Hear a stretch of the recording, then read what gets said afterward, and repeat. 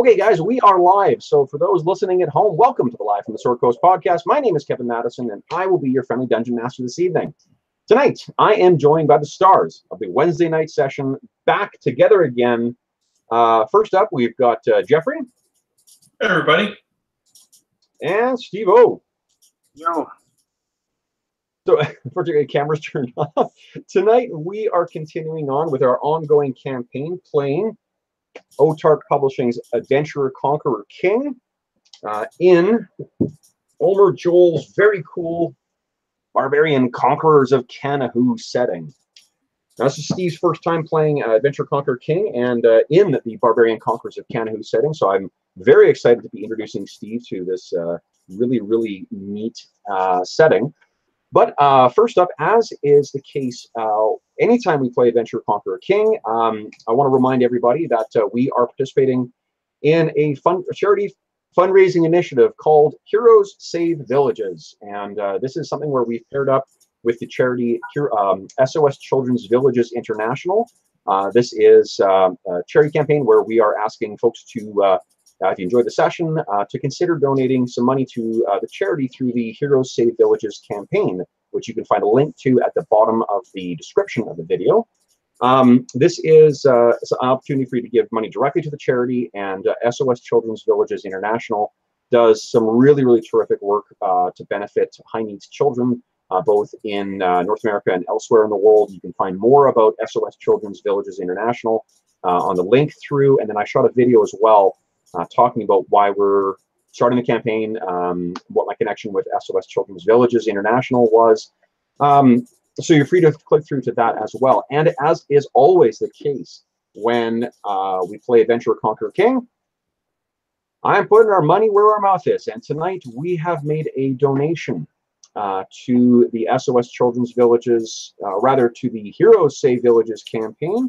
This is what the campaign page looks like. If you want to donate, you just go on there, click on the big teal button and click on donate. And there are a couple of neat options for rewards as well, too. If you donate $2 or more, you can give a gift of fate, and one of the players in the game gains a fate point.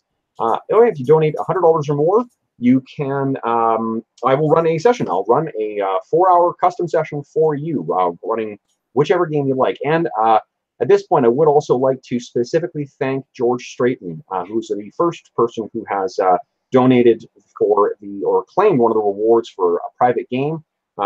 George and I will be playing the Star Wars role-playing game, the Fantasy Flight game Star Wars, with his regular gaming group, which should be a lot of fun. Again, thank you so much, George, for your very, very generous donation. Any money that's donated to this campaign goes directly to the charity, so I greatly appreciate your generosity.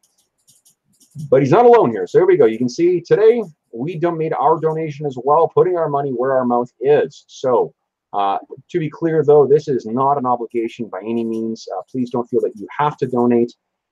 If it is something that you would like to do, if you're inclined to throw some money in any direction, every dollar that goes to them really helps SOS Children's Villages do the very, very important work that they're doing. So I thank you in advance for considering that.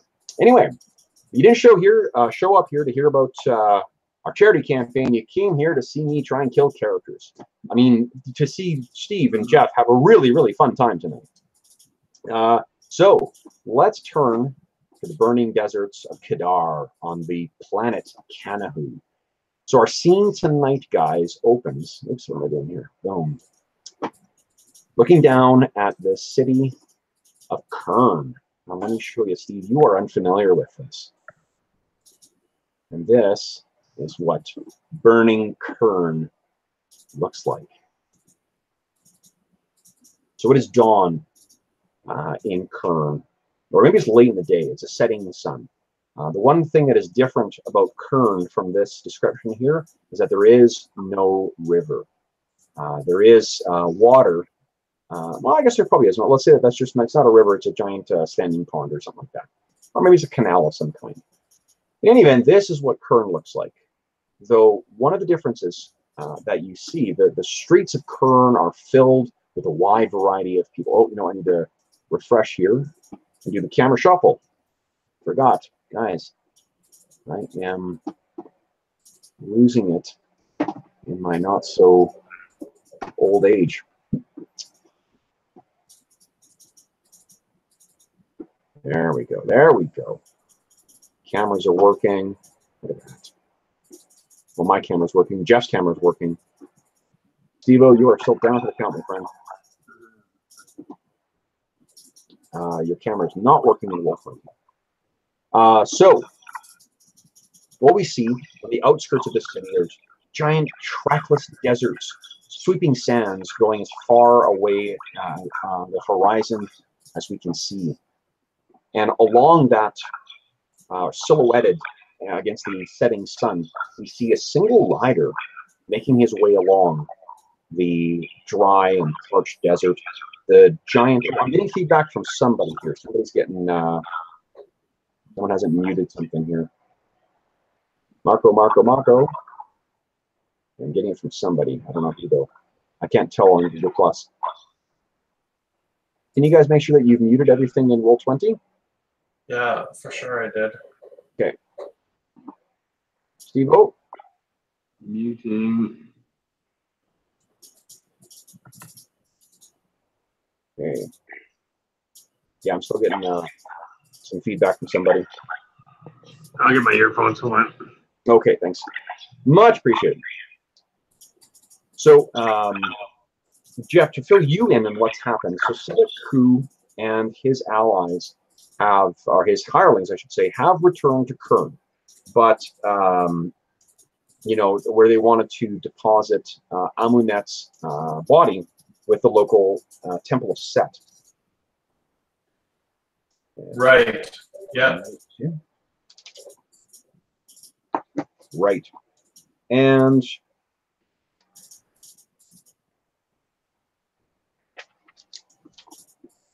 so I'm looking at my scribbled notes from last time. So my understanding was, or what do you remember about why you returned back to Kurn and what your plan was next? Well, we got lost, and then we realized we were just closer to taking her all the way back ourselves rather than heading halfway back and then finding someone to take her the rest of the way. So, yeah. And we were also going to resupply and maybe try to hire someone else to fill her space. Okay. So I see, Steve. Yeah, Steve, that helped out perfectly. Thank you very much. Great. So what happens, what we see then is this, you know, it is the classic Eastwood scene of the cowboy riding along directly, you know, just a silhouette lit against the backdrop of a setting sun. And we see his shoulders sort of jankily, you know, going back and forth, his head down a bit, the brim of the hat protecting his eyes. He's got a, you know, big scarf around his neck as well. He's caked in dust from the dusty roads. And as he gets closer, we see what he's riding. And to our eyes, what he's riding is a giant saddled cockroach. And he's riding along on the cockroach. I mean, it's a giant beetle thing that is moving, you know, along. It's got saddlebags on it, just like you would expect from a horse. And we see that this character, who looks very much like, where am I here? Very much like this. Actually, I don't have a bigger picture. But Steve, why don't you tell us what Brother Declan Bray looks like?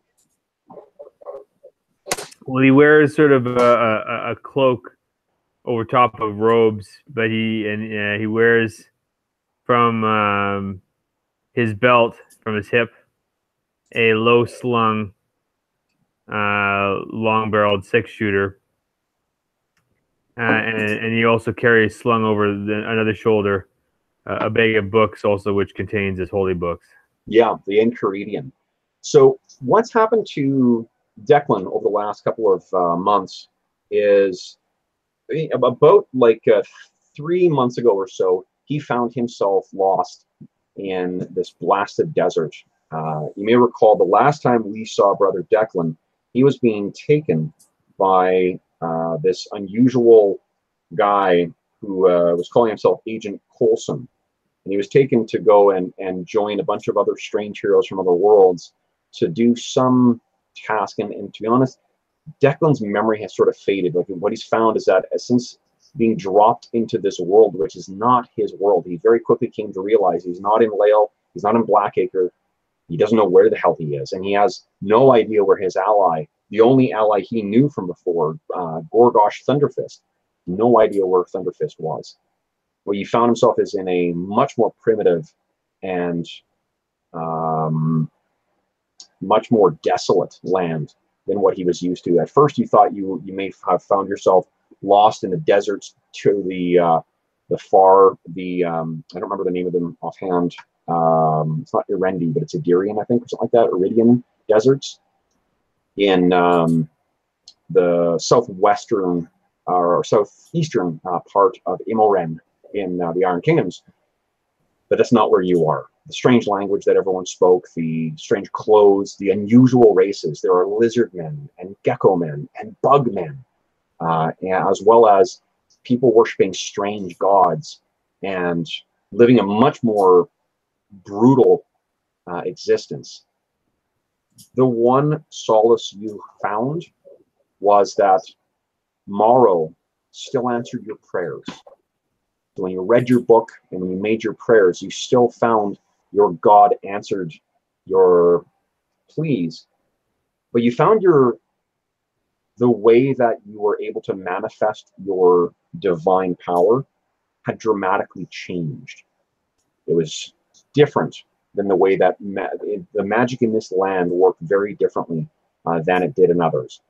You were able to find out that, thankfully, using local materials and local fine craftsmen, you've been able to still make for yourself the rune shots you need to operate your rune pistol, but that has necessitated you finding ways to make money, ways to keep earning, and all that time still trying to find a way to get yourself home.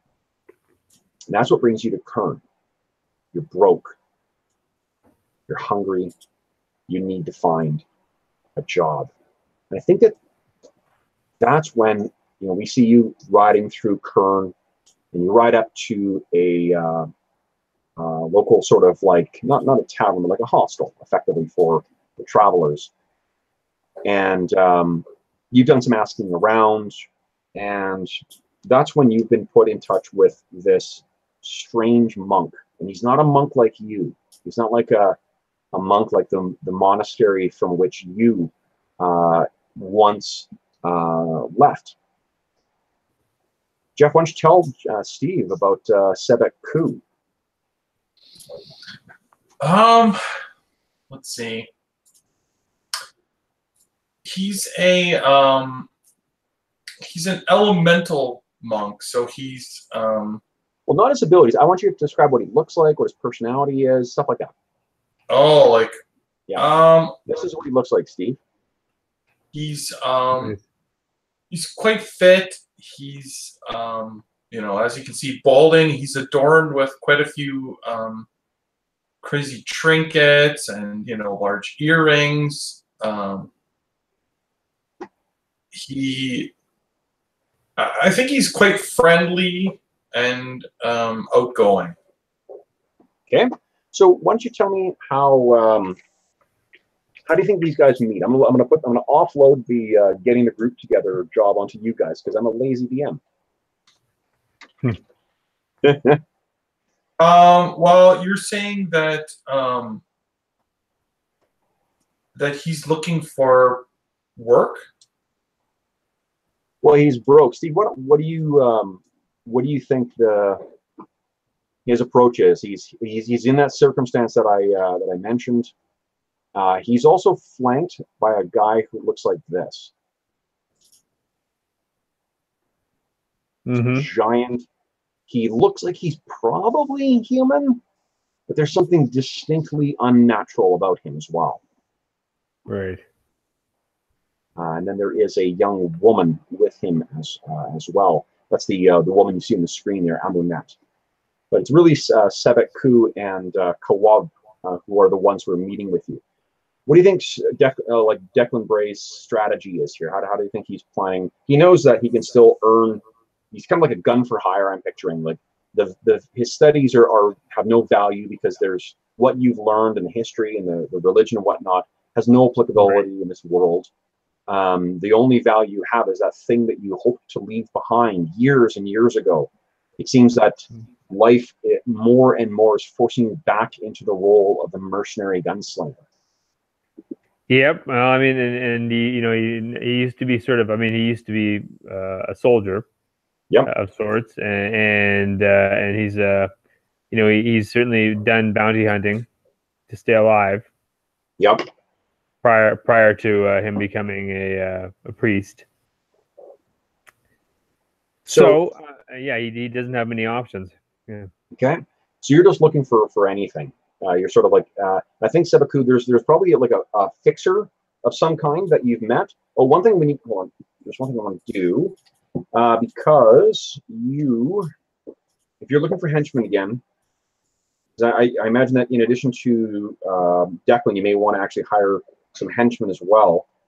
You're going to have to spread some gold around. This is like asking around and asking for introductions and stuff like that. Right. Okay. So that would have been. Give me a D10 roll, please. Yep. D10. Oops.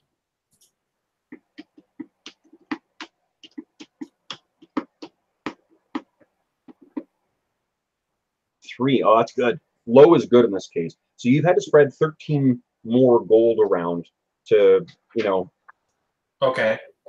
But I mean, you've got. I think the technical term is a shit ton of gold right now. So that's not a huge problem. 13 GP spent. All right. And you might want to get. Remember, Kawab showed up with that. Gosh, like 3,000 gold or something like that, or 3,000 silver pieces that you guys recovered from those scorpion men. Right. So we're going to want to try and cash that in and turn it into something easier to carry. Yeah. So I think you take it to a money changer. I think that what I'll say is that they take a 5% for the premium on it. I'll look up and see if there's any rules for that otherwise, but that seems reasonable to me. So yeah, I'm sure there's some fee of whatever it is. I don't know, but yeah, and what that'll do is that'll allow you to ignore some of the weight or encumbrance that Kawab's been accumulating. So you spend that money, and this is maybe like a day or two in town when you were introduced to Declan Bray as one of the men available. So why don't you tell him what you're hiring for? Because I think what you want to do is secure him to help travel to that lost city that was revealed, right? Right.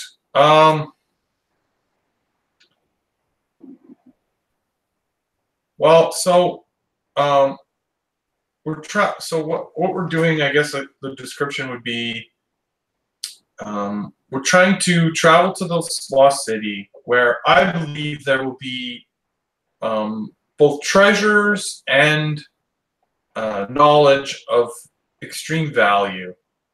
I can pay basically your day wages or whatever to go on the adventure, but the payout will be returning with the loot and the riches that we find, which we will split amongst our party. What do I know about it? I guess I don't know a lot, but it's very ancient. When is it from? So the history, one of the things you've learned about this land, Declan, is that history in this land goes back much, much further than it did in Imoran. You know, it seems as if there have been many ages in this land where, like, some of the cities, Kurn even, like Kurn, seems like it has seen not only many ages, but many, like, ages of races. Like, there was a time when this may have been a lizard man city, and then when their civilization fell, it fell to the hands of men, and before the lizard men, some other darker species may have had it as well. One other unusual thing about this land is that the only mammals you've seen have been humans and cats.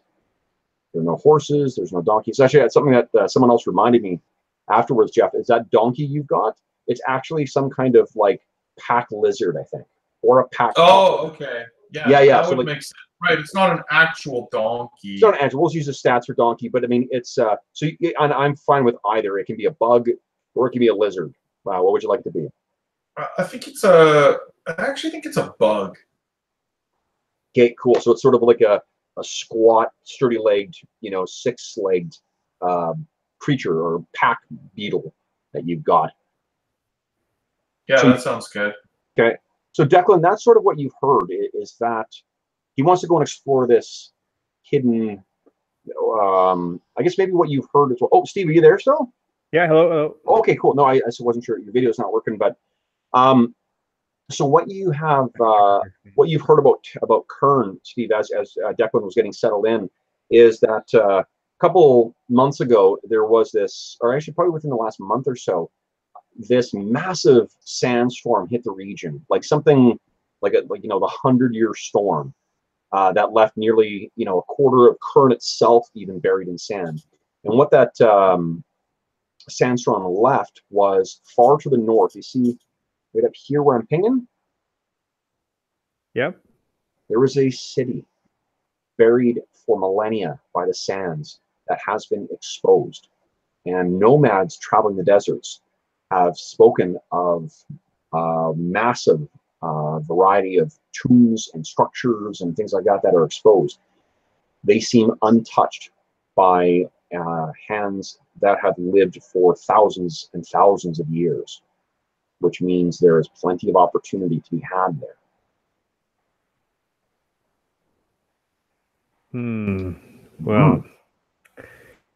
Well, I reckon I better accept my fate here and hitch my ride along to one of these boys. Okay. There are no firearms in this world, so you sort of like when you use them, it constantly draws. People assume that you're working magic of some kind, so you can feel free. You've realized that, so you can feel free to play that up however much you want. Okay. Good to know. Okay. So let's see here. You spent the money though, Jeff. So that means there are other henchmen that are available as well. Let me grab the list here. Actually, yeah. So actually, like, just for gameplay wise, Steve, why don't you choose a henchman from this group of henchmen? Yeah. Actually, Steve, because Kawab is kind of my main henchman. Let's talk about your character sheet here, Steve. So this game is based very heavily on basic Dungeons and Dragons, like the basic expert companion, rule set. Okay. So your stats are going to be about. They should be recognizable of what they actually are. Oh, your modifiers though are not showing up correctly here. That's a +1, +3, +2, +1. Oops, come on, +1. There we go. Excellent. You have a number of special abilities as Declan. Let me pull up your. Oh, I actually got a printed copy of your character sheet here, or had it. He's Steve. Stop making stealth checks. All right. Where the fuck is he? Where is he? Where is he? Where is he? Oh, there he is. He's taking the higher ground. Smart guy. So what Declan has, I'm looking at the character sheet right now. So this game has these things called proficiencies, which are sort of like halfway between a skill and a feat. Your proficiencies include things like adventuring, which every adventurer has. So you can clean and sharpen weapons, saddle a horse, blah, blah, blah. You can craft guns and ammunition, and you can also work as someone doing that. You've got a fighting style, which is basically it reduces your reload time. Once you've exhausted the 6 cylinders of your gun, it takes you 1 action to reload it. You are quite trained in healing, which means that you've got a chance when people are affected by things like poisons or diseases of actually curing them. So beyond your actual spells, you've got a chance of just using medicine. Because, I remember Declan was really quite good with medicine as well. Right. You also have a proficiency in theology, so you know quite a bit about religion. And that spills over. I think that you probably learned the rudiments of some of the religious beliefs here, because you were trying to seek out like holy people of your own. But this place is way more like, you know, Conan swords and sorcery-ish than it is the sort of, you know, refined iron, yeah, like the what do you call it, Industrial Revolution era setting that Iron Kingdoms comes from. So you also have a staff, you got your battle staff still as well, but you don't necessarily have to carry that all the time. Your class abilities are things like accuracy, which I've already included on your character sheets. Your great use of magical weapons. You've got something called Divine Blessing, so you'll notice that your saving throws are fucking crazy good. Those are the numbers that you need to roll on a 20 or higher. So for instance, poison and death, you just need to roll a 3 or higher. Oh. Yeah, so like against death rays or getting poisoned, you've got to, you know, what's his name? Morrow still looks out for you. What other things? You can cast divine spells. Basically, the list of spells on the 4th page of your sheet, you can, anytime you want to cast a spell, you can cast any of the ones from that list. You don't have to prepare them beforehand or anything like that. You can just draw on Morrow's grace and use those. You've got an ability called Precise Shooting, which gives you, you can fire into melee and only take a lesser penalty.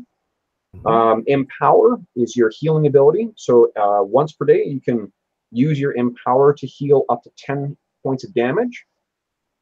You've got a Rallying Cry, so you can, at the start of a, if you've got a few moments before a battle, where you can take 10 seconds and then sort of like rally everyone up, you grant them +1 to attack, +1 damage, +1 to more morale rolls, and +1 to saving throws against fear, which lasts for 10 minutes. And you can do that, it looks like, whenever. So as long as you can get that Rallying Cry in, you can do it as many times as you like. Nice. No, sorry, I'm wrong. 5 times per day. And of course, because what you've found is with Morrow's Grace, you can turn undead as well, too. The foul undead things that haunt these lands, and they seem way more bedeviled by the specter of necromancy and undeath than what anywhere you traveled in the Iron Kingdoms was. It seems as if the blackened land of Crix has spread across this entire land. And then that's pretty much it. You got some gear that's kind of neat as well. You got like a surgical kit with a bunch of what do you call it? Herbs that you've accumulated. Oh, you got +2. Yeah, you've already got those included. Okay, so that is that's what Declan can do in this world, this crazy world.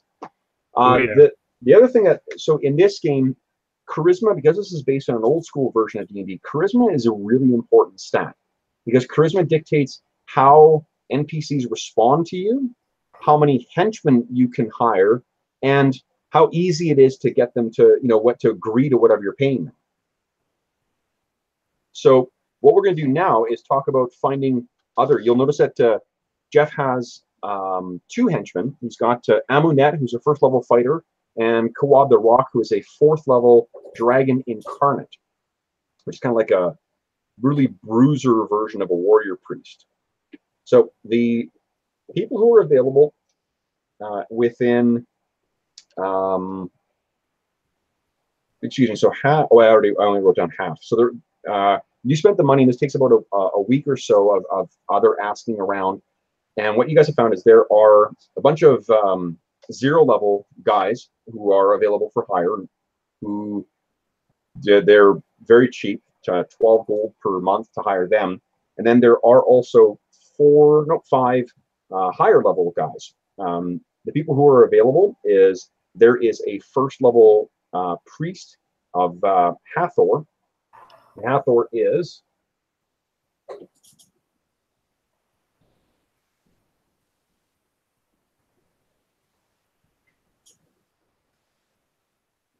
Hathor is the dark goddess of fertility. So there is a cultist of Hathor who is available, named Muget. There is a fighter who is a brutal, kind of like desert raider named Jafar, who is available for hire.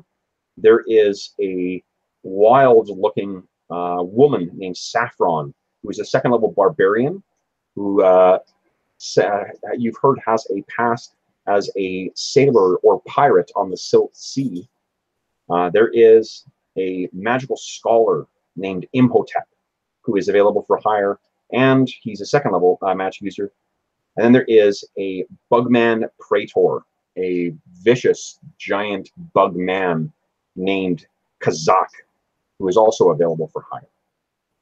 So, do any of those appeal to you, or do the normal men appeal to you? So I'll go through this again. There's a first-level cultist, a first-level fighter, second-level barbarian, second-level magic user, and a fourth-level Bugman Praetor. I'm kind of down with the fourth-level Bugman. Yeah? Okay. What do you think, Sebek? Yeah, whatever you want. Like not that it, that we expect this to happen, but your what do we call them? Like hirelings kind of serve as a backup character to you in a way. Right. So you want to choose something that is interesting to you, I think. Yeah, I like the idea of a little bit of muscle to back up my my ranged business. Okay. That sounds like a reasonable plan. Okay, give me a second. Unless I can find me a good piece of hickory. Well, that's what you got, your staff, don't you? Right. Okay, cool. So we'll say that you met up with Kazak in a tavern. So the Bugmen in Kanahu, or in the Kadar Desert at least, are kind of seen as like an underclass. Like they're sort of like the most Bugmen have only 2 arms. Actually, sorry, his name isn't Kazak, it's Bazak. Bazak the Blade Wind. And I'll show you what Bazak looks like when you meet him. To make you doubly want to make sure you hire him. Let's see, where is he? Where are you, Bazak? Yeah, there he is. Bazak. Nice. Bazak the Blade Wind. Bazak. There you go. That's what he looks like. Badass. Okay. So you meet up with Bazak in an outdoor cafe that actually lets Bugmen, eat there. And he's sort of disgustingly, chomping away. He's big. He's probably bigger than what. He's because I think your guy was quite tall, wasn't he, Steve? Well, he's 6 foot, 6'2", something like that. Yeah, sure. Okay, I'm just gonna check in here and make sure that we're streaming. Yeah, that's working. Awesome. We've had some video problems over the weekend, so I'm glad to see this is fixed. All right, so you walk up, you're talking to this guy, and you've met some Bugmen before. They have a name for themselves, but this is also like out of character. This is one thing I do kind of like about these older games is, they recognize that, like, look, if you have some foo-fooey kind of name for the thing, that's fine, but like creatures in other species, they just call them whatever they look like, right? Like lizard man or bug man or gecko man or whatever. It doesn't matter if they call themselves the Umhati or whatever the fuck you want to call them. Everyone else is probably calling them Bugmen anyway. Right. Right. So, all right. So here's what you can do, Steve. Here's the way the mechanics of this works is you have a charisma of 15, which means you get a +1 to the 2d6 roll to determine what their reaction to trying to hire them are. In addition to that, you can try to basically do other things to try and sweeten the pot. So they're expected to take about 15% of whatever the loot is. So Kawab and Amunet are both getting 15% of whatever loot is available. That's about the base level of what you can expect for Bazak the Blade Wind as well. And it's not like a tip pool. We're not dividing it between them. They each get 15%. They each get 15%. Yeah, they each get 15% of whatever the total is. So that's a starting point. Then what you can do is you can sweeten the pot if you like, try and get additional bonuses. Now Jeff has done that in the past, largely because his charisma is it's a 7. So yeah, he has a +1. Not the most charismatic. Sure. So fair enough. So what would it take to sweeten the pot by +1? Well, let's see. So you're sitting there, and Bazak has got this. I can't remember what he's actually equipped with. What does he wield? he wields. Actually, I didn't put them on here. Haha. Fucking bushly DM. My God. I got his character sheet. There we go. Here we go. So Bazak is armed with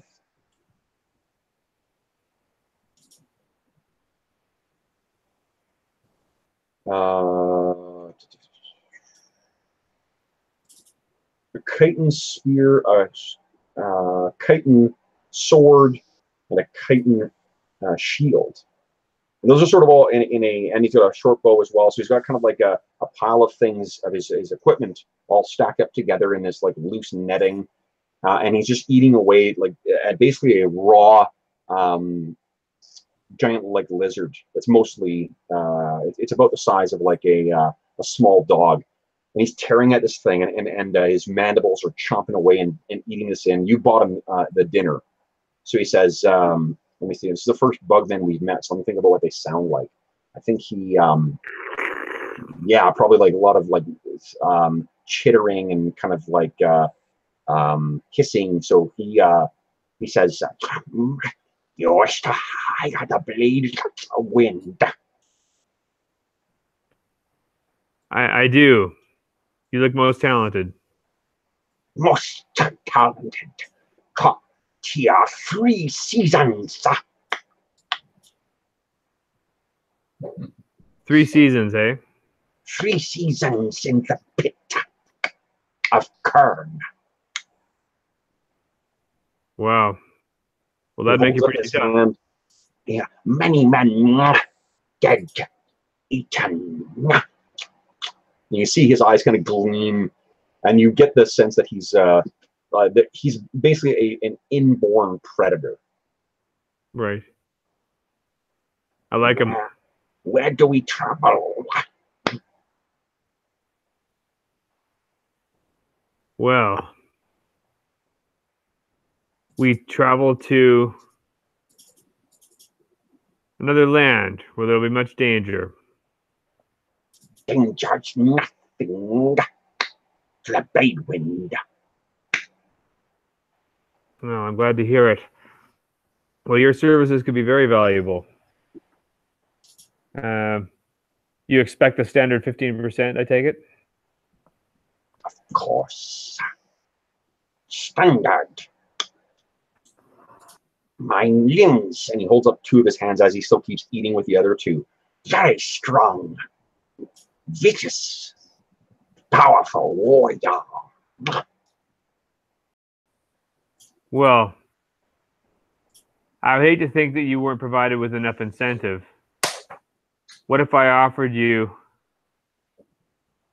another 5% on top of that? Would that make sure that you gave us your best effort and you were to be discreet in all your decision making and honest? 20% for the blade wind. He's thinking. Let's roll. Steve, give me a 2d6 roll, please, and you're going to add 2 to the result. All right. High is good. High is good. 6. Ooh, 6. And what did I say? +2? Yes. Ooh. So the result you got is try again. That's with +2. Okay. Oh, that's with +2. That's still yeah. So 2d6 +2 is still a try again.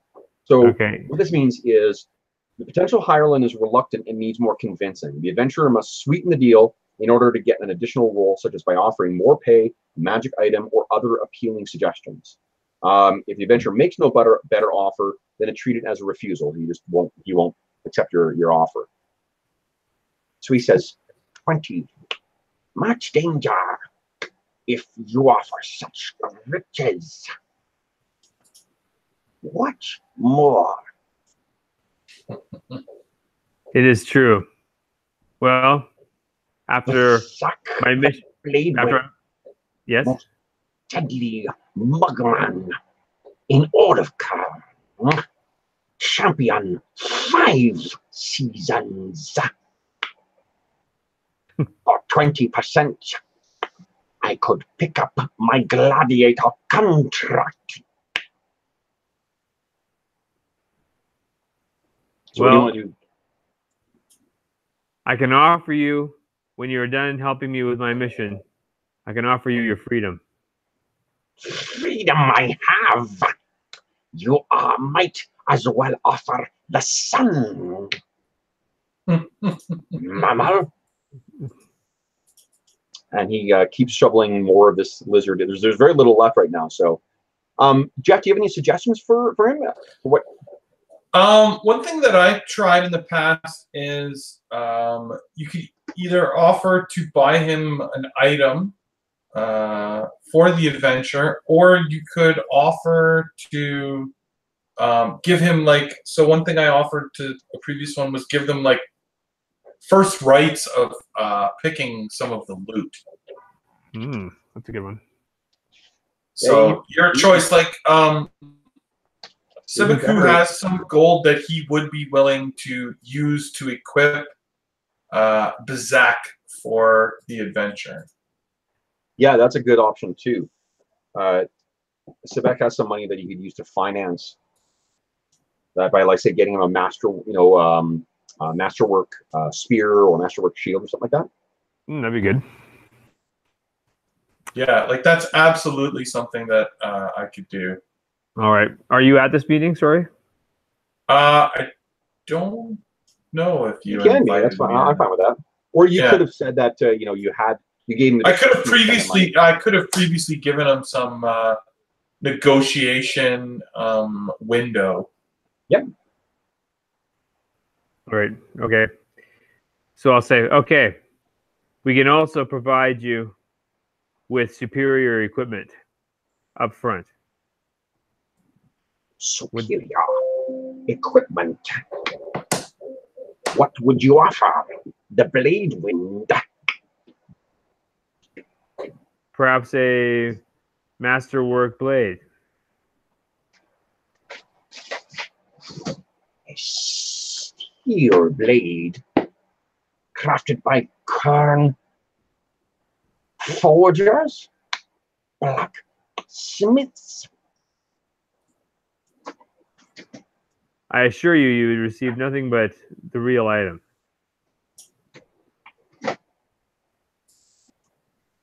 He thinks about it. So go ahead and make another roll. I'll give you plus. You'll still get the benefit of the +2. So go ahead. Oh! So the prospect of, steel forged weaponry fucking blows him away. You think you see those segmented eyes of his actually kind of sparkle as you describe what you'll get, and he says, yes, hire the blade wind you have in your service. I am. Excellent. Flipping you, Steve, give me a sec here. I'm emailing you Bazak's character sheet because I actually haven't entered it into the Roll20 yet. But I'll quickly do that before we get into a fight. Or when we get into a fight. And I printed off the character sheet as well. So you now have Bazak the Bladewind in your party. So let me just add the most important bit. Where is it here? There we go. Yeah. It's a great name. Sounds like a rapper. Steve, can you flip that to Jeff as well, too, so you can take a look, too? That way everyone's got, sure. I think that might be of interest to Jeffrey as well. For Bugman Praetor. 5e. Okay. So that's one extra henchman you've got. Do you guys want to hire any more? No, I think that rounds out our party pretty well. You don't need any more shock troops or anything like that? No, I think there's 5 of us now total, so... What do you have, Jeff? Well, there's myself, there's Kawab, and there's it's Amunet, or what was the other girl's name? One of them passed away. Yeah, Amunet is still around. It was Okay, it's Amunet that is still around. Yeah, Amunet, first level fighter. She's getting pretty close to second level, actually. Right. So she'll hit it well before you guys do. Oh shit, that's right. Okay, so I'm just putting the basics in here, Steve-O. So you've got at least the dice rolls will work for you. One nice thing with this character sheet is it works that if you click on a token and then just click on the attack, it'll automatically calculate the attack for you, tell you whether you hit and roll your damage all in one. Nice. Yeah, it's pretty nice. Holy shit, they're pretty vicious. My gosh. Okay.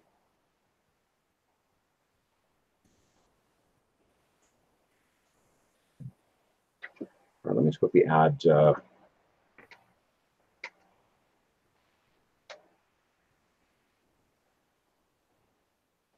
Bazak. so let's see here. If you're wielding what is it? 2 small weapons, 1 shield. You get +1 to attack rolls, +1 to armor class, and yeah, so you got an armor class of 5, which is pretty good. One neat thing that the what do you call it? Yeah, there we go. One of the neat things that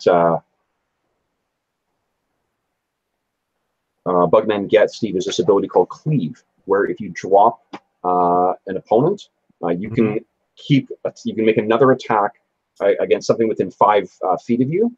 Right. Doing that up to a number of times equal to your level. Oh, nice. Right. Yeah. So the most important stuff is in Bazak's level.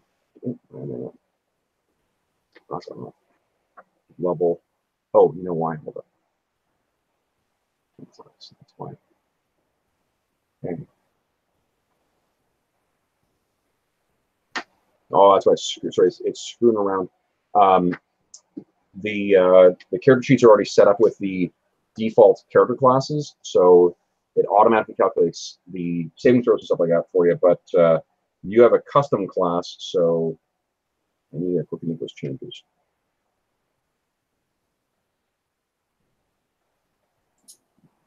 All right, so we're good to go. Oopsies, not 147. All right, so he is ready to go. His name is Bazak the Bladewind. All right, and let me give you a token for old Bazak. Oh, there he is. All right. So, if that is everyone you you want to hire, you still have. I'm assuming everybody has some degree of iron rations as well. Did you want to stock up on more? Yeah, I think we wanted to restock a little bit. Okay. Yeah. Which actually, no, I got your.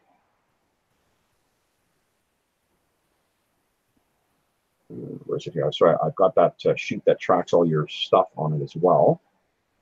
Open. Sebek Khu resources. So you have enough. You got 17 days worth of iron rations for 3 people right now. And you still so for you guys, looking at the map here, just to give you an idea of how far you can travel, you guys can go 2. When it's along the road, you can go 3 hexes per day. Okay. And then once you're to the desert, you can travel 2 per day. Okay. So it'll take you to get to the city. Let's see here. Or is it 3 per day? Hold on. You can travel at 6 squares. You can only travel 4. That's 3. I think it's 3 hexes per day you can travel, as long as you don't get lost. Oh, does what proficiencies does Bazak have? Bazak does not have navigation. No navigation. Dang it. Oh, that was something we were going to look for. What was it? So yes. now that Kevin says that, I remember that from last session. We were just constantly lost. Yep. We hire Is there someone we can find that's not a warrior, but like a navigator by trade? You could try. Yeah, let's see here. The size of the city, it's certainly big enough. I'll say, actually, so I'm gonna same chance as a mariner navigator. So let's see here. There's where's my dice? Where's my dice?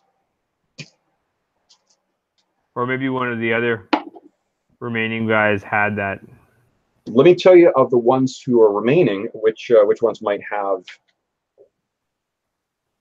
training. I think the Silk Sea Sailor might have navigation. Let me see here. So that was. Here we go. That's a barbarian. Crazy barbarian lady. Crazy barbarians. The barbarian did not have My kind of girl. Or the fighter who's a ravager. The ravager have. Nope. He's kind of a fucking madman. No. The scholar certainly doesn't have it. No, unfortunately, none of the guys you who were available for hire this week, at least, were there. There are some navigators available though. So why don't we? We'll very quickly do the role playing of how do you think you're going to approach hiring those guys?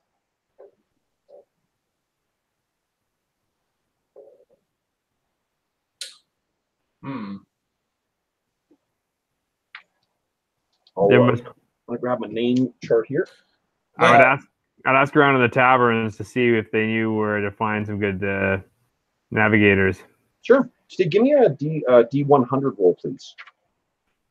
D100.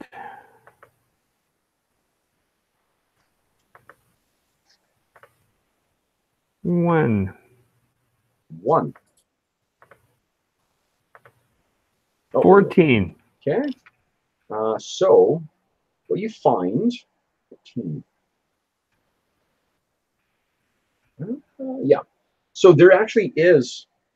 There is a lizardman navigator named Coyotl. Coyotl. Okay. Now, do they expect the same kind of share, or are they more like paid by the day kind of thing? These guys are way cheaper. Okay. I think. Hold on here.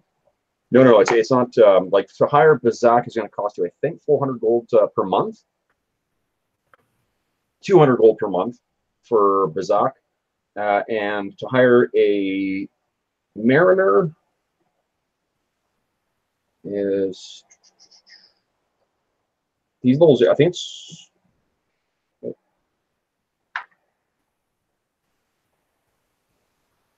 3 gold per month.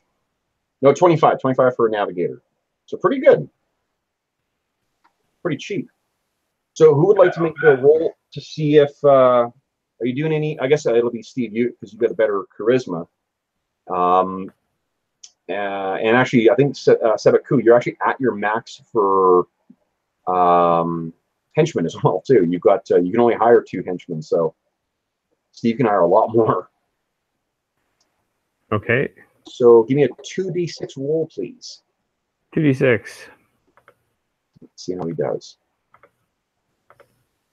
7. 7. Ooh, does that include? Okay, so no, it's 7 plus 1 for your charisma. That's 8.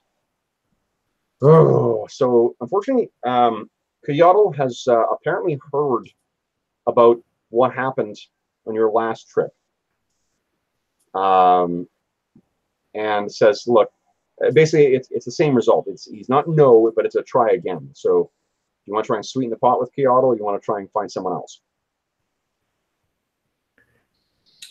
He says he's very familiar with these lands. Yes, Sebek? Yeah, what would we do to sweeten the pot with him?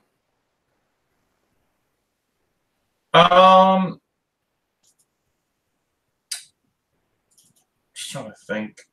I guess, yeah, let's try and sweeten the pot. All right. So, what? Offer more cash? Yeah, let's offer him an actual tiny little share of the treasure that we find. What do you want to give him? So what's a normal hero? 10%? Normal, yeah, like a normal henchman is going to be like useful in combat and shit like that is 15%. Oh, 15. Let's offer him 3%. 3%. Okay. So let's see. And make it abundantly clear that he doesn't have to take part in the fighting. Which is a good thing because he's only got absolutely. He's only got 1d8 hit points. So okay, so why don't you make a roll again at this time at a plus? Oh, same thing, +1. But you do get to roll again. So let's see how he does. Is that me rolling? Yeah, it is. Yeah, you rolling again. Yep. Rock and roll, baby. 9 + 1 is 10. Absolutely. Oh, so sorry. What I was going to say before is Bazak is so pleased that you've actually got +1 to his what do you call it? +1 to his morale. Yeah, Right. just like Amunet. Like Amunet, over time has become like fanatically loyal to Sebek. That's right. All right. So let me. I'm going to just duplicate. Oops. What do I do here? Henchman, edit. Duplicate. There we go.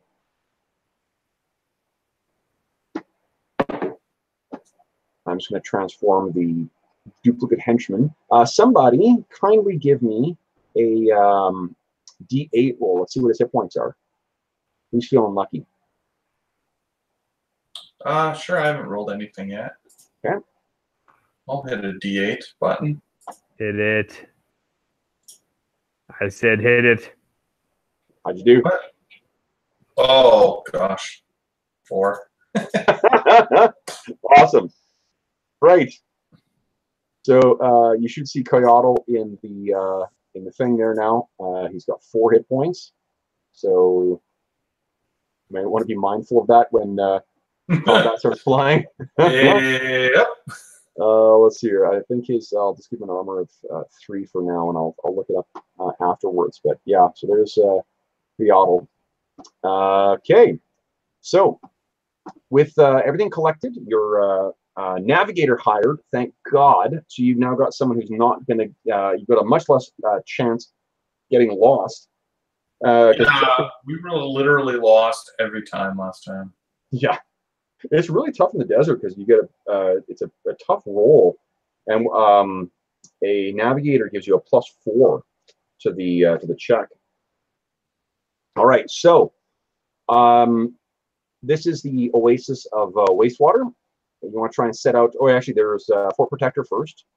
So let's. Unless there's anything else you guys want to do, you guys can set forth on the road to Fort Protector.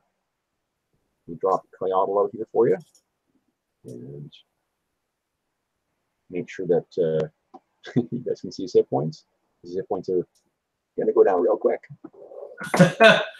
Yeah. Needs to be basically kept out of combat completely. Oh, totally. Yeah. Is the goal there, so. Okay. So that's guaranteed. All right. So you guys set forth back into the, this is about a week after you got back. You're not going to have consumed any of your iron rations or anything like that. I am going to assume, let's see here. How many iron rations does Bazak have? Bazak has 1 week of iron rations. So we were figuring out how many days it takes you to get there. So it'll be 1, 2, so we've got 1 day to get here, 2 to get there, 3 to get there. Figure what? 3 days in the city. It's 6, then 7, then 8. It's about 9 days of travel. Do you want to pick up 1 extra day of or 1 extra week of iron rations for everybody? Yeah, that sounds good. Sounds good. Okay, so that will cost you. Let's see here. And I'm just letting you, if you can track your gold. I have no idea how much gold. Oh, yeah, I have no idea how much gold you spent. I know you spent 13 on asking around and getting your hirelings. Yeah. Let's see. It should be on the most recent character sheet. The most recent. Yeah. I had 915. So I had 902. Oh, how much was the item that we bought for Bladewing? We'll say that was hold on, I can tell you. From old Bazak.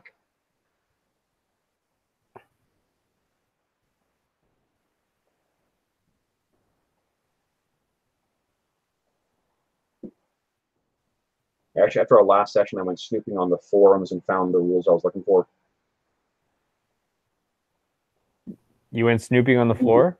Okay, so a sword that gives +1 to hit or +1 to damage costs 500 gold. So like a spear would be similar.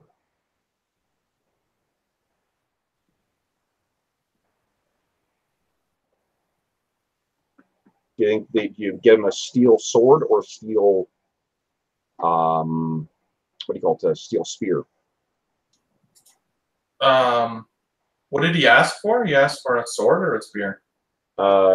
Really, either he'd be happy with. He was happy to get anything that's forged steel instead of chitin. Okay. And do you want to be +1 to hit or +1 to damage? +1 to hit, I think, at this level. Okay. All right. That is included on his sheet. Okay. So you guys set forth into the... Oh, and then the cost, sorry, of iron rations is going to cost you...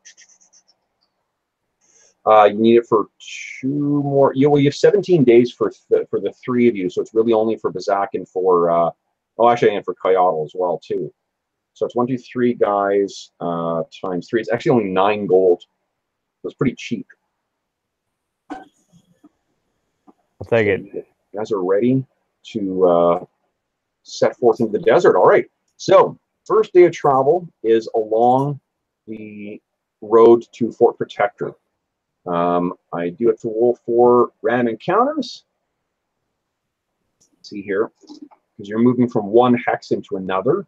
But this is Rolling for settled random. area. Okay.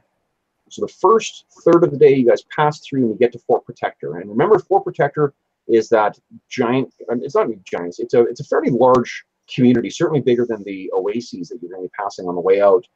That is basically guards the mining operations at New Kurn, protects them, and it's also a pretty active hiring place for mercenaries. If you were unable to make it back to Kurn, you actually could go to Fort Protector and hire mercenaries there in future. You realize there's a pretty big mercenary market there. I'm going to carry on into the desert. Yeah, let's carry on. Okay. So you move. You can move your token into the next hex there if you like. The travel token. Let's see. Which one's the actual travel token? Yeah, the small one there. Oh, right, this one here. Yeah. Yeah. And we're going north. Yeah. So head into the next hex you want. Ooh. So you're gonna skip the what do you call it? You're gonna skip the oasis this time, eh? Oh, like last time we went to the right there? Yeah, so what you saw here, there's some giant mountains that loom before you. Let me show you what's, now that you're, I'll let you travel in there because it'll be kind of cool to reveal the hex anyway. This is what you're seeing, the next hex. So you'll, that's 1, 2, yeah. Okay, actually, so we'll have to kind of go around it a little bit there. Yeah, I think, you know what, it's the first time you've done this travel, so I think that's actually, because of the foothills you're traveling through, these are like, oh, you know, I think I've got a cool handout to show you what I'm thinking of. Like we're actually trying to go right here, right, Kev? That's right, yeah. But what you're traveling okay. through right now, so this, guys, this is what the area, instead of open desert, you can click on it, it'll open up. That's the sort of, you know, blasted rocky terrain you find yourself traveling through. Again, you're pack beetle carrying behind you. Let me roll for 2 things here. Let me roll to see if you get lost. You do have your navigator now, so that's it's pretty good.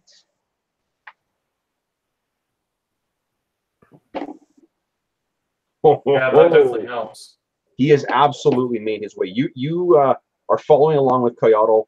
And he keeps saying, like, like, no, further down here, and he's getting you to cut through these caverns. And Sebek Khu, you're looking around, you're like, this is why are we trusting this lizard man? He's leading us in the wrong way. And turns out you have the worst instincts for travel, because he is bringing you precisely in the direction that you want to go. You maybe don't want to be traveling in these routes again, or rather this route, because it is slower traveling just because of the foothills. But you're the one who dictated that travel, not Kayatl. Now let's roll for encounter. Let's see if you guys encounter anything along the road. And this is, ooh yeah, oh yeah. Let's see.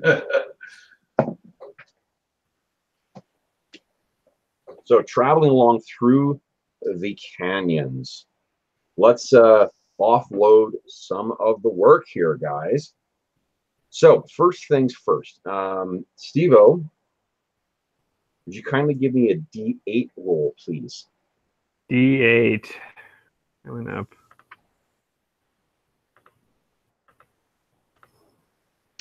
4. 4.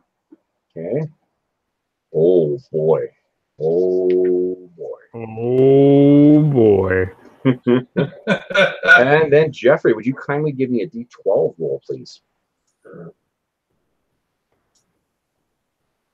8. Oh, 8.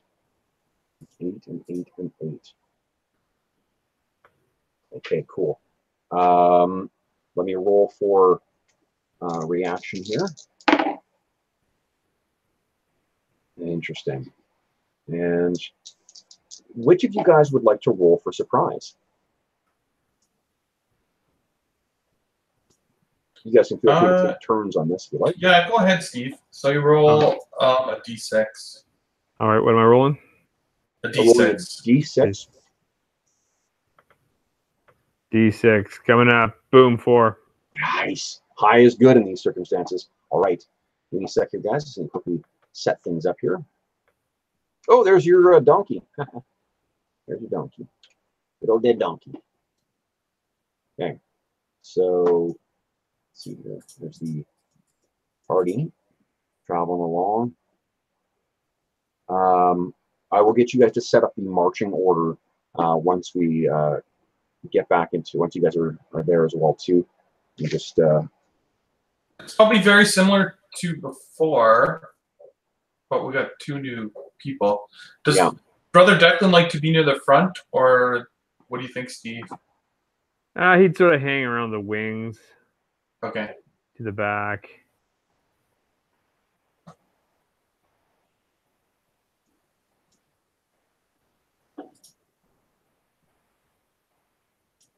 okay.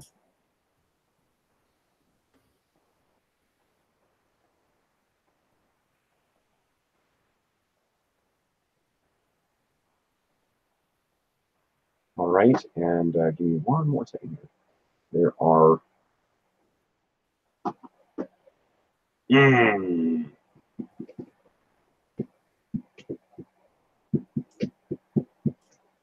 Sounds like zombies.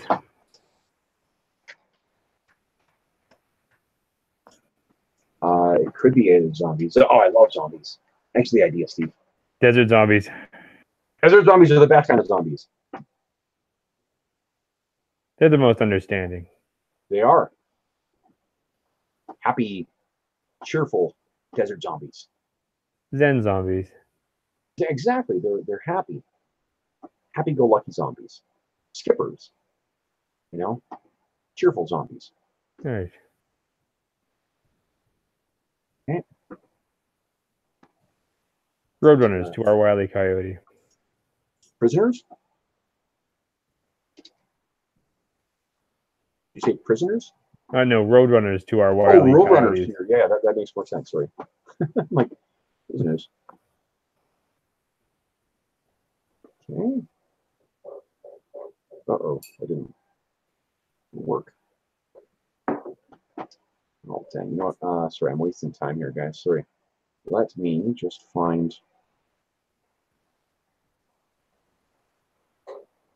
Yeah, why not? Fuck it.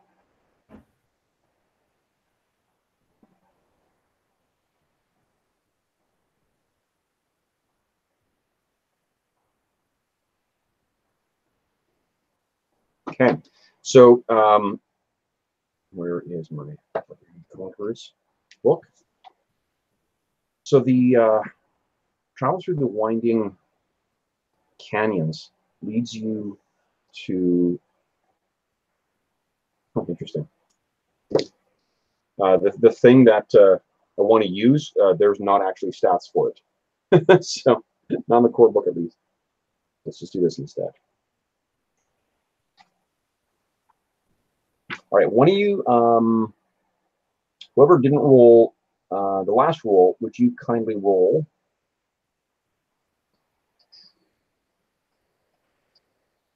4d6 for me, please?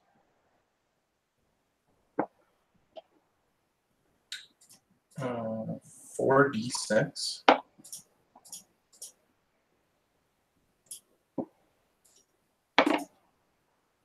Oh, what? Oh, that was 3.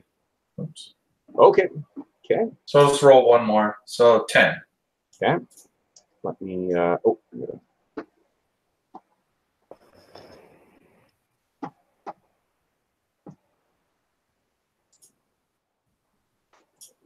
Okay. No. Just want to add the armor class for these things on here, in case things get nasty.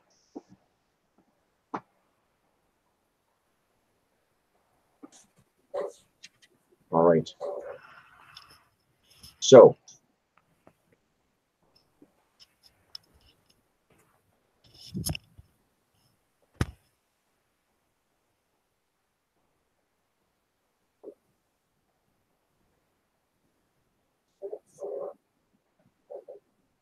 let me move you over to the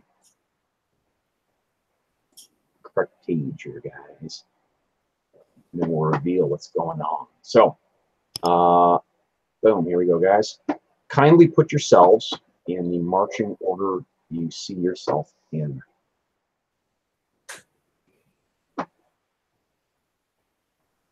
I can't control Bazak. Oh, you can't? Let me...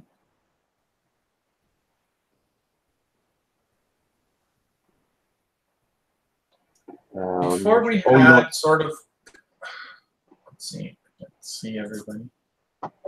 We had Kawab in front. I think Amunet would be with. Wait, she's the one who was a soldier, correct? There you go. So you should control them now. Amunet is a yeah, she's a fighter.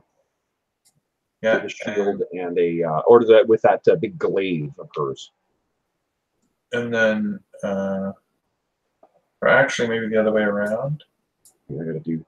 I'm behind Kawab, and he's behind Amunet.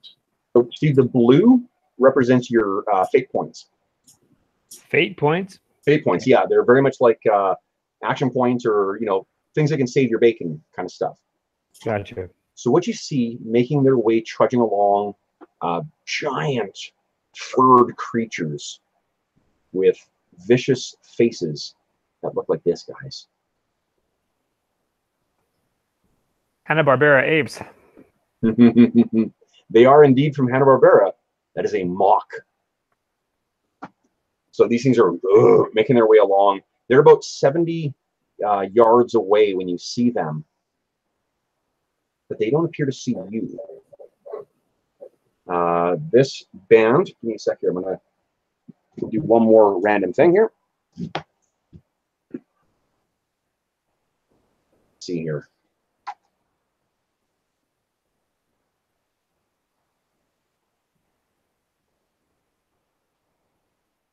I'm referring to my very cool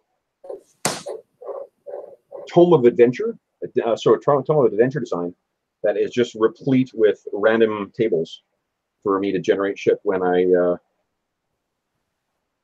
want to improv stuff.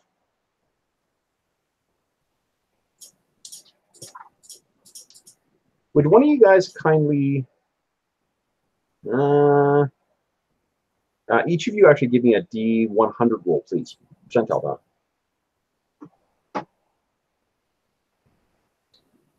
Wait, both of us? yes, please. D100. Okay. Ooh, 2. 2. What? Yeah, Amazing. I know.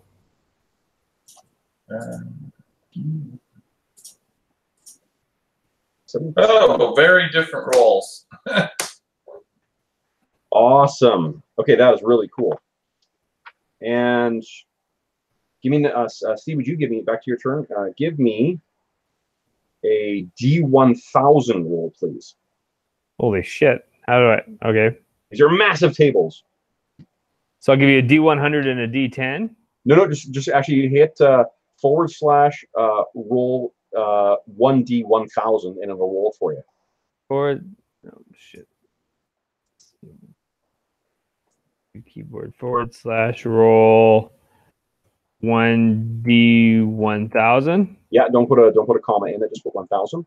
Should roll it for you. There you go. 73. Nice. 73 is within the 100 range anyway. Amazing. Oh, that's fucking cool. Okay, so these guys are traveling along, and let's see here. I think the Zach might know what these things are. Give me a D6 roll, please. This is sort of like, yeah, I'm stealing a rule out of this game called Astonishing Swordsman and Sorcerers of Hyperborea, where it just like if you're trying to determine something, you can roll a D6. Yeah, so he's got no idea. Oh, wait. I think he might. It's either really good, Steve, or really bad. That would appear to be the case. Yeah, and you know what I am is incredibly helpful. You are. You never let it be said. When you're trying to kill us, you do it helpfully. Totally, yeah. I try and ease you along to shuffle off your mortal coil. See, Kev, you finally let me play my favorite character ever, and now you're gonna fucking kill him in a desert. Son of a bitch, Kev. Actually, Chad at one point thought that's what I was doing with his with Hero. Was like a kill-off adventure. Yeah, he thought I was like bringing him back just so you could give it like a one send-off. Little did you know, I just planned to abandon him on an alien planet in the desert. Yeah, Steve, you know what? That's fucking great. One is good here. So, yeah, so you know what? He looks and he leans in. He says, Mox. Mooks. Mox. Dangerous. They are far from home. And they seem... Oh, that's right. We got to talk like Zach. What am I doing here? They have traveled far. They are armed. A hunting party. This is very far from their lands. Do we attack? Or do we parley? Or hide like bug cowards under rocks? Kawab kind of looks to you guys, or looks to you, Sebek, and is kind of waiting to get direction from you. And he thinks they're very dangerous. He thinks that they are. What he's saying is that they are. They seem to be like all 5 of them are you know, they've got like spears and like some. They honestly look like an adventuring group, and they seem to be. They've got similar sort of like tribal markings on them, where there's like stains in their fur and stuff like that. They seem to travel very far from what Bazak is saying. Actually, you would know this, Sebek, because you're from here. Mox are from very, very far west into the north. Like this is way out of the way. So they seem to be on some kind of mission of some kind. Right. Okay. Yeah, like those lizardmen raiders that you encountered before. These guys are not like that. So basically, like if you don't want to, they're unaware of you. They're very close. And I think they're traveling sort of near you guys. So if you want to try and make some kind of effort to hide, you pretty much can avoid them. I think we should avoid them. I don't think that we're their business. And there's no reason to provoke them. Okay. Unless you see a reason to parlay with them. You know, I can't imagine. We know where we're going. We don't need much help. Yeah, we can just avoid them. Okay. So then, yeah, I mean, pretty much, if you guys all scramble, describe for me how you're going to scramble for cover, and then I'll just let that happen. Yeah, we're gonna head like sort of north up there behind the dunes. I guess on sand, you know, you're not loud anyway, but trying to like contain our clothing and whatnot so that we're not making too big of a rattle. Sure. Kawab, I think, wears some decent armor as well, if I recall. Doesn't he? Yeah, he might be. Okay. So what I'll do then is I'll just make a. Okay, so you guys can move for 1 round without being detected. Because they're surprised. So you've got kind of like 10 seconds to sort of respond here. I don't know if anyone, Bazak, I can't remember if he's got thief skills. Thief skills? No, I don't believe so. Thief skills? No, it's not. Bazak. Where'd he go? I keep putting sheets up where they don't belong. Here's Bazak. No, I'm thinking of a different character. It's got massive jumping, though. You can jump 20 yards in a round instead of moving in any direction. Huh. I like that. Yeah, he's pretty tough. So, so you're each going to kind of like run for cover then, I guess, eh? So go ahead and move yourselves in the direction you want to go. We'll just say that you can picture it being a little more rocky, and that the dunes, it's more like there's an outcropping of stone, but it gives you roughly the same cover there. Right. Okay. So, like, can I move everybody at once? I don't think so. Okay. So, like up here, I guess. Oh, it did work. Okay. Yeah. So you guys move over there. I'm going to make hearing checks for them. Do any of us speak any language that relates to them, or no? You guys speak. Oh, you guys do speak trade tongue. I think all of you guys do. So you would, you know, unless these things are from, you know, yeah, it's unlikely that that they would not speak at least the rudiments of trade tongue.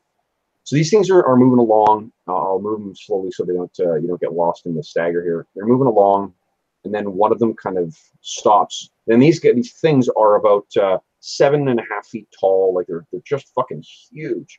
And one of them turns and kind of says something to the others, and stops and points. Oh, you've got your that beetle. That's your pack beetle. Oh, that's part of our team. Yeah, sorry. He's up there too. So you bring the pack beetle. Our old pack beetle. Okay. One of them did seem to hear something. Oh. And he says something to the others, and the others stop. What do you guys do? Oh shit. So I don't know that we can speak to them or not. I think maybe your pack beetle kind of like made some kind of a yeah. Stupid pack beetles. I guess turn to face them to see if they're following us. They one of them seems to be looking in your direction, and I think let's see here.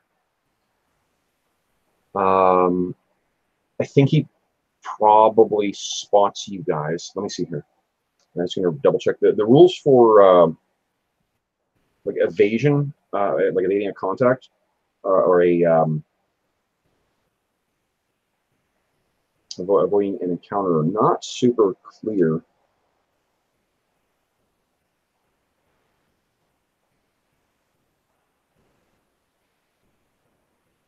Oh, okay, hold up. Let me oh,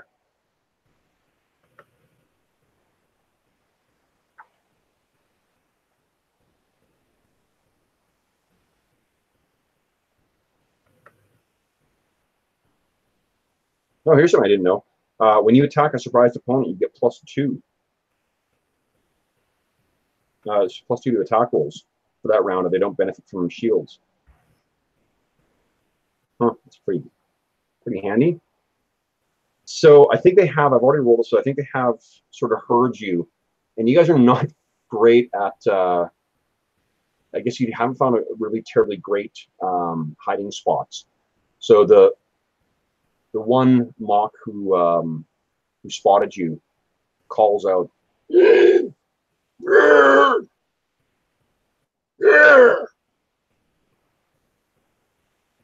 forgot to say mocks are kind of like Wookiees, where they don't speak trade tongue. I think he said he wants beer. Yes. What do you do?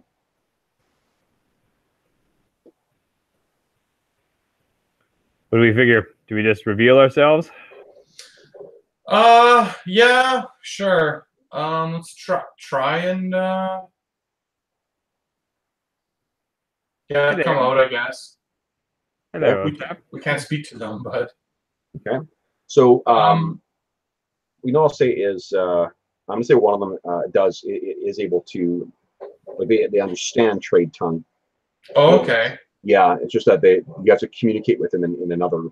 They can't communicate back. They'll understand it. They just won't be able to communicate back. So you get out, and then they've all been carrying these like spears, crude. Not crude. Actually, they're fairly sturdily made spears, and all five of them sort of raise them up. They're not, not like in an attack pose right now, but they are sort of positioned, and one of them sort of gestures with his head, and Bazak says, or maybe Kawab speaks mock, why not? Kawab says, they want to know what we're doing. What's the place that we're going? Or what's the next place we're going? There really is. There's wastewater, which is off to the west. That's at Oasis. Yeah. And then there's another Oasis on the other side of the mountains, and then it's the Lost City. Okay, so we're heading to the Oasis on the far side of the mountains. Okay. I'm going to call. Oh, here, we'll do. Where's it here? There's that neat chart that had what communities are known for. That's kind of cool. Oh, right. Yeah. Like I don't think we'll say we're heading to the Lost City. I think we'll say we're heading to the Oasis. Sure. So give me a D100 roll, either of you, please. Actually, both of you, and I'll see which one I like better. All right. Mm-hmm.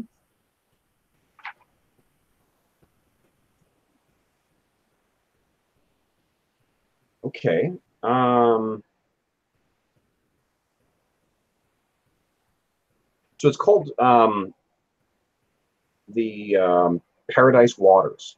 The reason it's called that is because there is a family there that seems to, for whatever unusual knack, have a lot of daughters, and every single one of them is astoundingly beautiful. So Paradise Waters is, or probably shorter is just called Paradise, is north. That's where you're headed. Okay. Okay, so they look at you and they say that he says some other, growling at your group, and Kawab says he wants to know if we plan to climb the mountains. I believe we're going around the tip of the mountain, right? You are now. Yeah, you were the one who directed him to go sort of this way to try and get a shortcut, and it didn't pan out. Yeah. So what do you say back?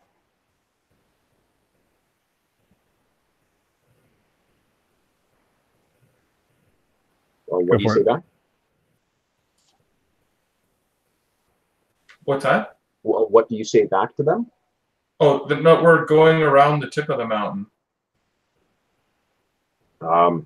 They seem a little more relaxed right now, and they sort of, talk amongst themselves, and they say, if you are, they say something back to you, which Kawab translates as they say that if they want to know if we are lost. We didn't take the most direct route. I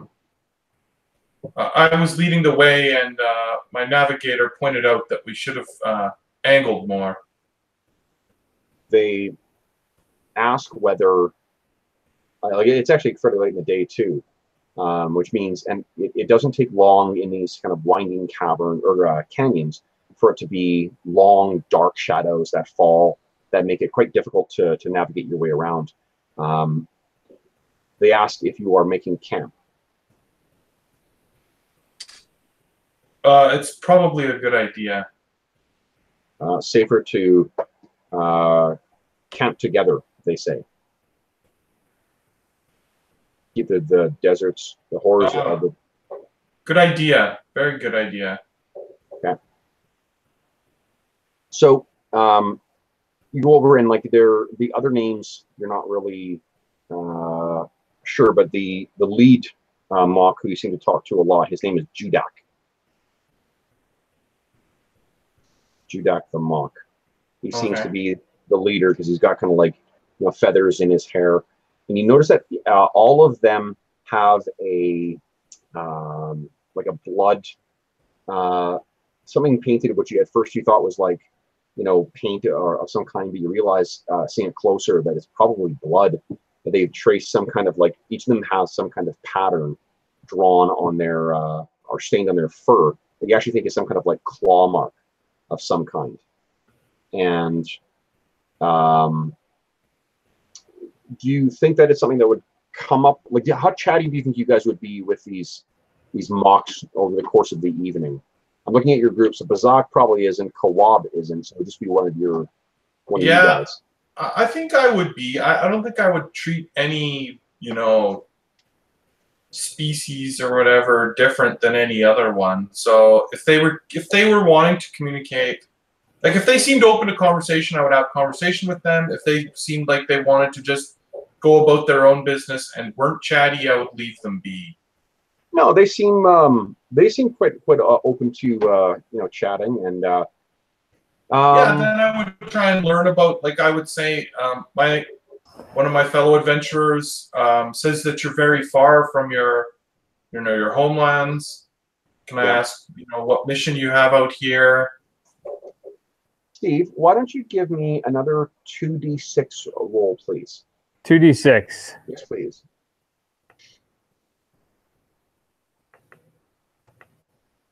Two D6. 6. I was rolling right down the middle. Okay.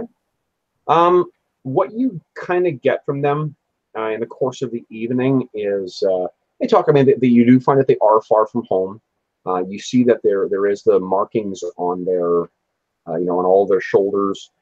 But they're a little reluctant. You get the sense that they're on some kind of mission. They're not terribly open about it, but they're not like they're not or so they're not like necessarily hiding a lot of stuff from you. But you get a sense that they are there's something else that they're not telling you. It's not something that would be dangerous necessarily. It's just whatever their reason for being on the road and for traveling is private.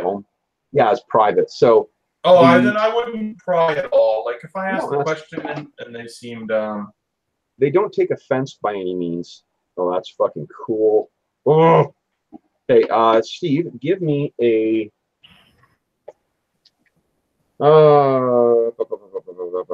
give me a D8 roll, and Jeff, give me a D12 roll, please. D8. Bam! 4 again. Nice. Again. 4 again. Okay. 3. Okay, 3.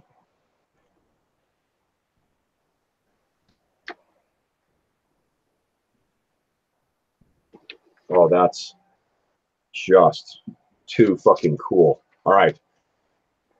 So what happens is night falls, the moon goes high overhead. Are you guys sort of splitting up with one from each party kind of keeping watch throughout the night? Sure.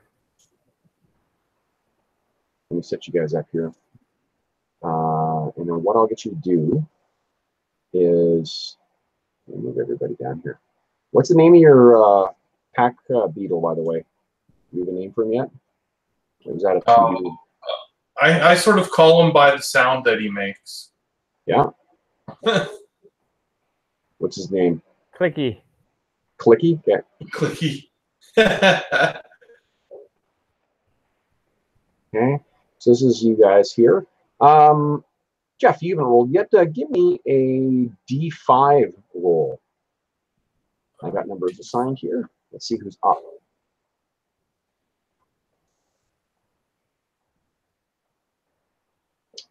Four. Oh, look at that. Steve O. Brother Declan. So Bazak is the one that wakes you. It's still night. The moon is high overhead. It's very cool. This is something you have come to know, is that it's very cold at night in the deserts of Kadar. And Bazak is the one who sort of like shakes you to wake you up from your revelry. And at first you sort of jerk back at the giant insectoid face looking down at you when he says, "Yo, what?" And you get up and God, it's cold. Like even with your robe on and your jacket pulled in tight, it's still cold. And you can see that one of the mocks is likewise coming to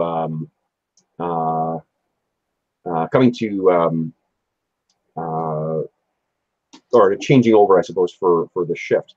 Would you guys kindly make give me another Steve, your turn. Give me a D6 roll, please. So we'll see something. D6. 5. Awesome. So what happens?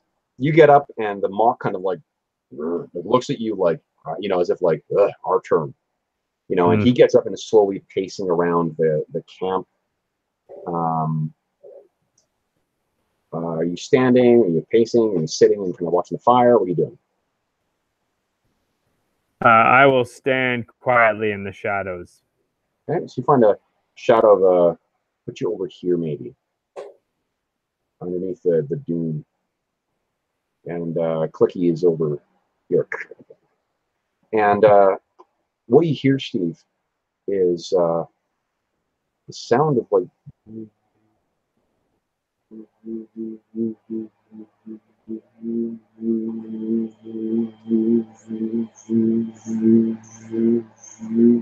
it's getting louder and louder.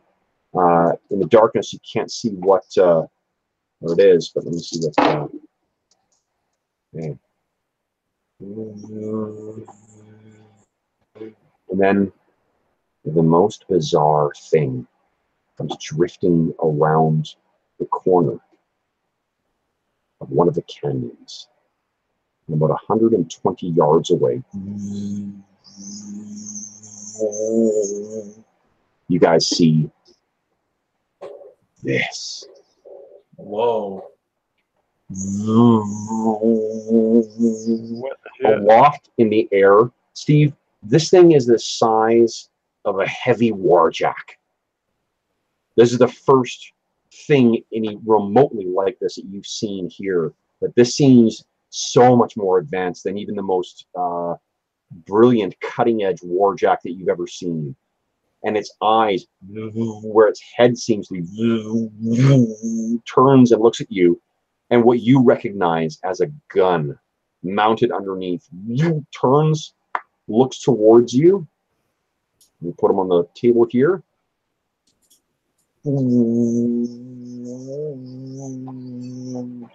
You properly size him.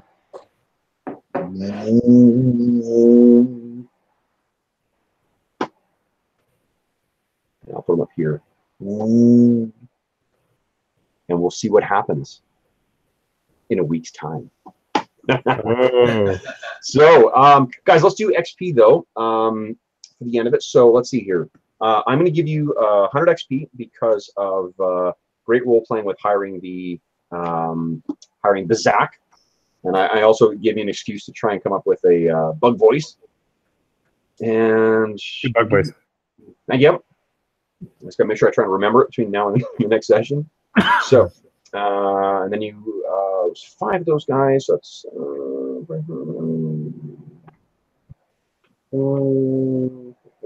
so okay. All right. Okay, so there are now 5 members of your group, but 2 of you are going to get, so 7 in total, and I'll just round up. So each of you gets 125 XP for the session. So you, Declan, and Sebek Khu each gets 125 XP, and you would also, let's see here, Amunet and Vizak and Kawab would get half of that. So that's about 62 XP for them. And I'll modify your sheets accordingly. Steve, the way XP works in this, basically, like for every 1 XP that you get from a like an enemy or something like that, you can expect to gain 4 times that from gold, because you actually gain XP from getting gold and stuff like that. Okay. So that's so you understand how much XP to expect. But yeah, cool. All right, we will. Let me get out of this game here. Man, and you guys are asleep. What are we gonna do? My goodness. Stop sharing. Camera back on. Okay. So, oops, let me stop sharing there. There we go. So for those listening at home, thanks so much for joining us for this next trip back to Kanahu, where we met yet another castaway. Steve, this is your first time playing, what's his name? Playing Declan in the desert. What do you think of the setting? I like it so far. I mean, I've barely seen it so far, but it's looking interesting. Excellent. Good. So, if you have, for those listening at home, any questions, comments, or concerns regarding the session, please don't hesitate to leave a comment in the comment section below, or you can reach me on Twitter at Dungeon Musings, or on Gmail at dungeonmusings@gmail.com. And finally, too, I would just remind you that we have links to the Heroes Save Villages charity campaign at the bottom of this video. If you are inclined, I would ask you to consider clicking through to take a look at the charity campaign and see the charity that we have paired up with to give you an opportunity to be real heroes and actually save a village. So anyway, if otherwise, we will see you again very, very soon back in the blasted deserts of Kadar very, very soon. Thanks. I'll see you soon.